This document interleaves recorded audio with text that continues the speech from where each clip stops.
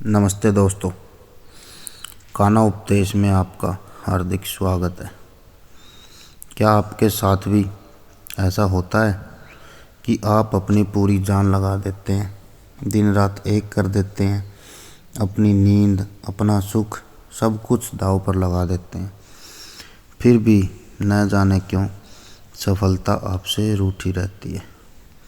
क्या आप भी हर सुबह एक नई उम्मीद के साथ उठते हैं, यह सोचकर कि आज तो सब कुछ बदल जाएगा, और हर शाम टूटे हुए सपनों, अधूरी इच्छाओं और एक भारी मन के साथ सोने चले जाते हैं?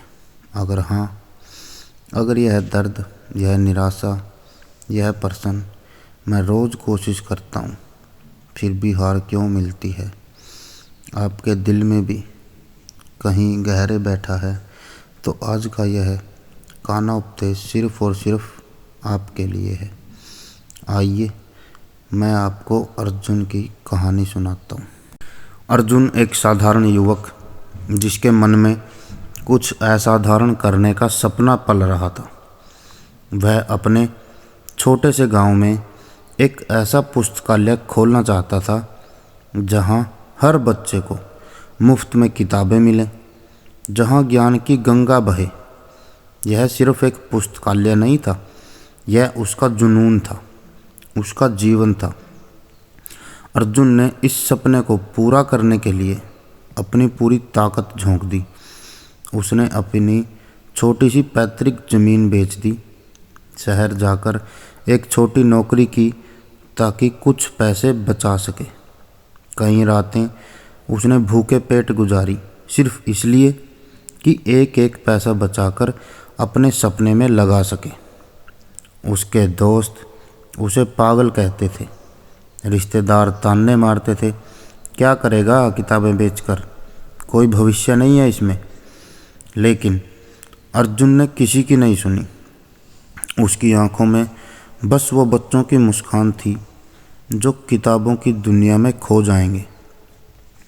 कई सालों की कड़ी मेहनत के बाद उसने एक पुरानी इमारत किराए पर ले ली, खुद ही उसकी मरम्मत की, दीवारों पर रंग किया, अपनी गाड़ी कमाई से कुछ पुरानी किताबें खरीदी और कुछ दान में जुटाई।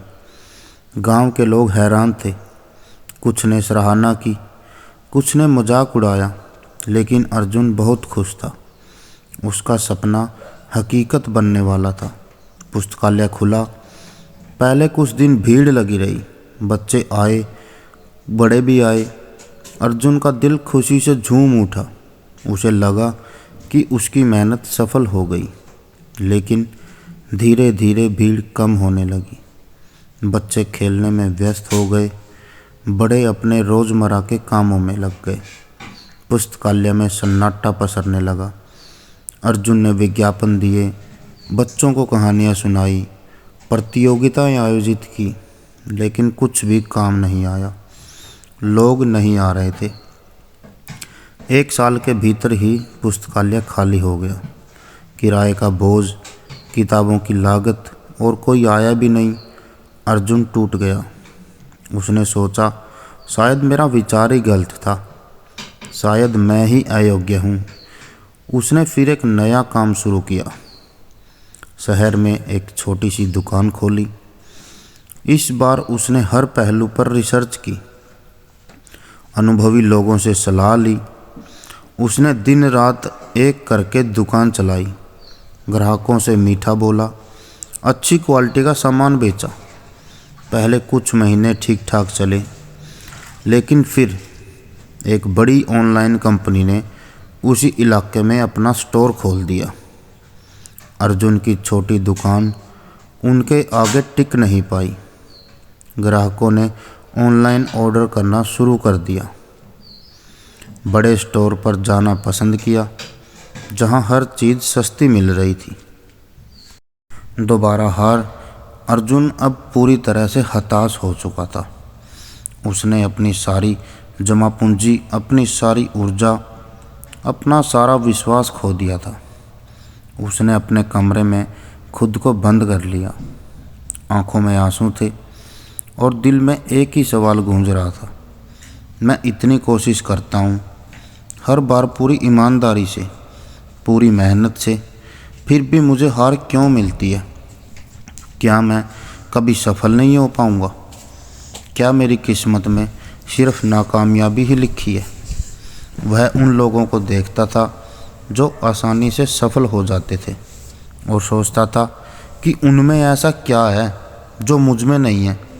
यह दर्द, यह सवाल, यह निराशा सिर्फ अर्जुन की नहीं, हम में से भी बहुतों की कहानी है। ये मेरी भी कहानी है। हम सब ने कभी न कभी यह महसूस किया है कि लाख कोशिशों के बाद भी सफलता हमसे दूर क्यों भागती है। मेरे प्यारे दोस्तों, अर्जुन की यह कहानी सिर्फ अर्जुन की नहीं, यह हम सब की कहानी है। यह उस हर इंसान की कहानी है जिसने अपने सपनों के लिए संघर्ष किया है और बार बार ठोकर खाई है। हम में से कितने लोग ऐसे हैं जो रात रात भर जागकर मेहनत करते हैं, हर चुनौती का सामना करते हैं, लेकिन फिर भी अंत में हार का सामना करना पड़ता है। और जब ऐसा होता है तो सबसे पहला सवाल जो हमारे मन में उठता है वह यही होता है, मैंने इतनी कोशिश की फिर भी हार क्यों मिली? लेकिन क्या आपने कभी सोचा है कि यह हार सिर्फ हार नहीं होती? क्या इसके पीछे कोई गहरा रहस्य छिपा है? हम अक्सर हार को एक अंत मान लेते हैं, जबकि यह अक्सर एक नया मोड़ होता है। यह प्रकृति का, नियति का, या कहें कि उस परम शक्ति का हमें कुछ सिखाने का तरीका होता है। हम अपनी आँखों से सिर्फ वर्तमान देखते हैं, एक छोटा सा टुकड़ा, लेकिन ब्रह्मांड एक बड़ी योजना पर काम करता है। एक ऐसी योजना जिसे हम अपनी सीमित दृष्टि से नहीं देख सकते। ईश्वर हमें कभी भी ऐसी स्थिति में नहीं डालते जिससे हम निकल न सके। हर चुनौती, हर रुकावट, हर हार अपने साथ एक गहरा सबक लेकर आती है।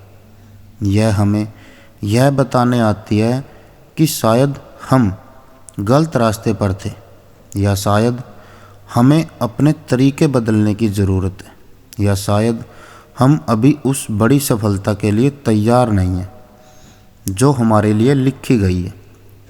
यह हार हमें तोड़ती नहीं बल्कि हमें तराशती है।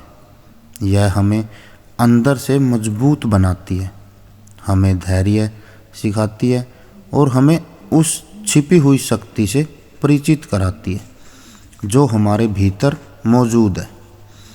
हम अक्सर सफलता को केवल बाहरी परिणामों से मापते हैं, पैसा, पद, प्रसिद्धि, लेकिन जीवन की सच्ची सफलता इससे कहीं अधिक गहरी होती है। यह हमारे चरित्र में होती है, हमारी आत्मा की यात्रा में होती है, और हम कितने बेहतर इंसान बनते हैं इसमें होती है।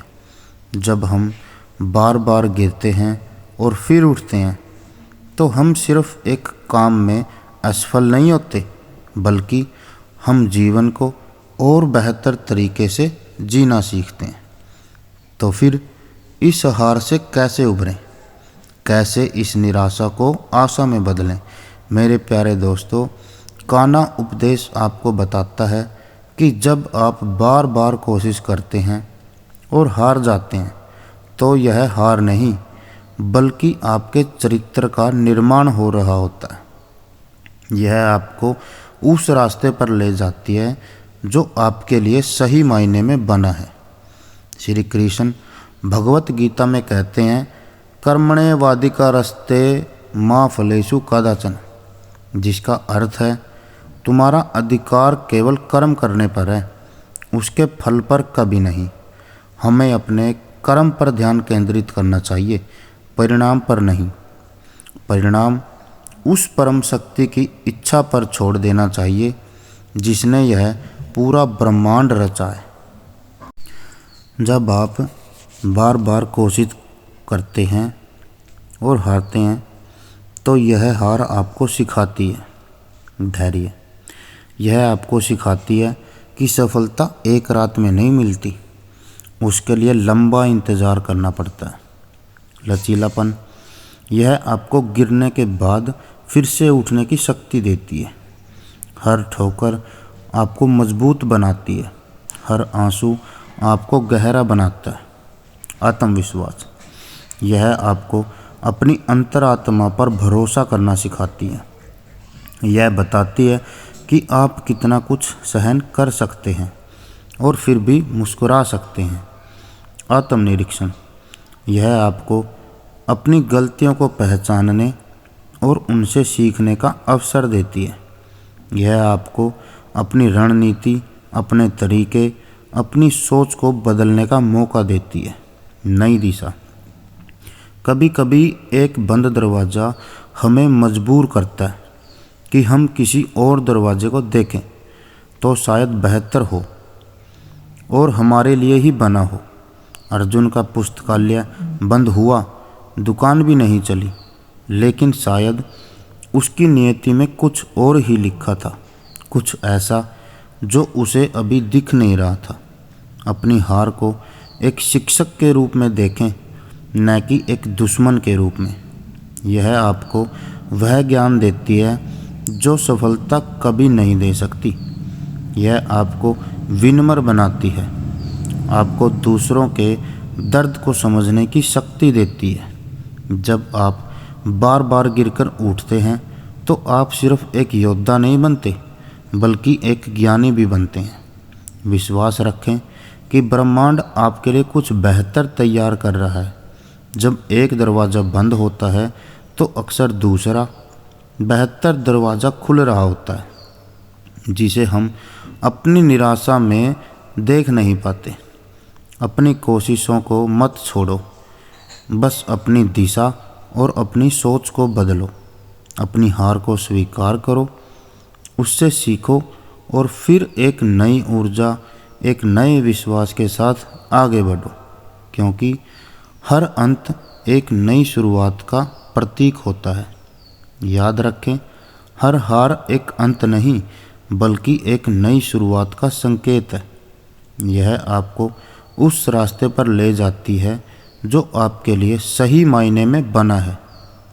हाँ, सिर्फ एक रास्ता बदलती है, आपके गंतव्य को नहीं।